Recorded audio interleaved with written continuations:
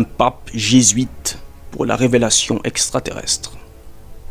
Pour vous qui l'ignorez encore, sachez que d'après le règlement de leur confrérie, les jésuites ne peuvent devenir des papes. Un jésuite ne peut devenir pape. Et depuis l'existence de la papauté, l'élection du nouveau pape se fait toujours après le décès du précédent, et cela de concile en concile depuis des siècles. Pourtant, quelque chose de très bizarre s'est produit au Vatican le 11 février 2013.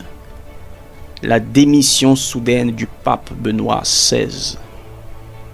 Une première dans l'histoire. Voilà un homme qui renonce subitement au siège de Saint-Pierre, selon la religion catholique, pour des raisons très floues, comme s'il devait céder sa place. Pour le monde entier, cela était une surprise, un coup de tonnerre. Mais pas pour les saints, les véritables chrétiens, qui observent les signes de la fin des temps.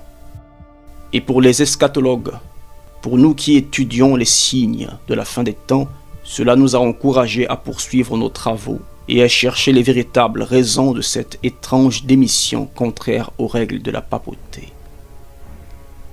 La fatigue est l'une des raisons principales évoquées par le pape démissionnaire et par son entourage. Benoît XVI aurait donc volontairement renoncé au royaume de Dieu, connaissant les conséquences spirituelles que cela comporte. Selon la Bible, renoncer à la prédication du royaume de Dieu, c'est fouler aux pieds des milliards d'âmes. C'est abandonner l'Église du Seigneur. Vous avez là encore une preuve que vous ne devez plus jamais confondre christianisme et catholicisme. Mais une chose étrange s'est produite ce 11 février 2013, jour de la démission du pape Benoît XVI. Voyez cette image. Le temps était à l'orage sur Rome et la foudre s'est abattue sur le Vatican. Cette photo a été prise par Filippo Montefort, qui travaille pour Italian National News, et l'agence photo ANSA, montre un éclair frappant le dôme de la basilique Saint-Pierre de Rome. Ce qui a fait réagir les médias internationaux, c'est que la foudre frappe la demeure du pape le jour où ce dernier démissionne du Saint-Siège. Très étrange. Mais finalement, le 13 mars, un nouveau pape a été élu. Pape François, de son vrai nom, Jorge Mario Bergoglio, un Argentin de 76 ans à l'époque. Et vous n'êtes certainement pas sans savoir que ce nouveau pape est issu de la confrérie des Jésuites. La confrérie des Jésuites est une branche très secrète de la religion catholique. Ce sont les scientifiques astronomes du Vatican. Astronomes. Gardez ce mot en tête. Le pape François est issu de la branche astronome de la religion catholique. Et savez-vous pourquoi il a opté pour le nom de François? Il a opté pour ce nom en hommage à Saint François d'Assise. Et François d'Assise est le saint des ufologues. Les ufologues, c'est la communauté des chercheurs convaincus de l'existence des extraterrestres. Vous comprenez maintenant ce qui se passe. Et François d'Assise fut aussi un des premiers à s'intéresser au dialogue interreligieux, c'est-à-dire au mouvement œcuménique, qui dans la Bible est une abomination spirituelle, une prostitution spirituelle. Et c'est exactement l'un des principaux objectifs de ce nouveau pape, qui sera sans aucun doute le précurseur de la religion mondiale.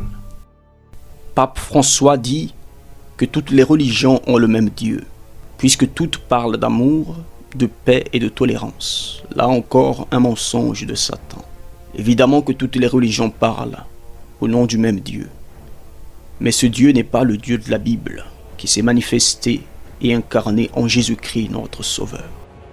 Le Dieu de toutes les religions, c'est Lucifer, c'est-à-dire Satan.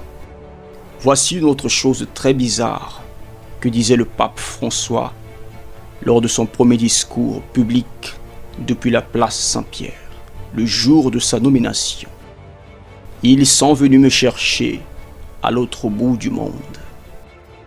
Étrange allusion et contradiction, puisque d'après la tradition catholique, c'est par la providence divine que le pape est nommé, et non selon la volonté des hommes. Mais le pape François dit que des gens sont venus le chercher, lui, un jésuite, pour être à la tête du Vatican.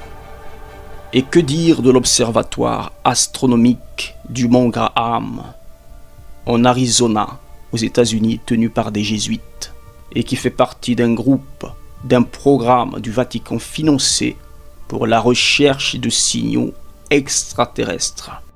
Comprenez, le Vatican qui finance des recherches de signaux extraterrestres avec le télescope Lucifer, abréviation du nom de ce télescope en anglais. Pour votre information, c'est le télescope le plus puissant du monde.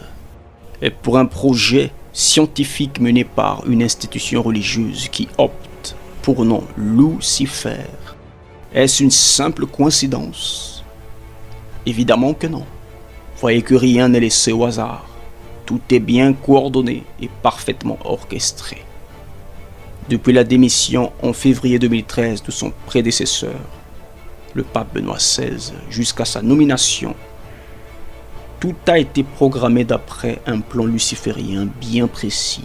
C'est Satan lui-même qui est à la manœuvre. Le pape actuel sera très probablement le pape de la révélation extraterrestre. Ce sera lui qui expliquera au monde entier les raisons de la disparition de ces millions de personnes.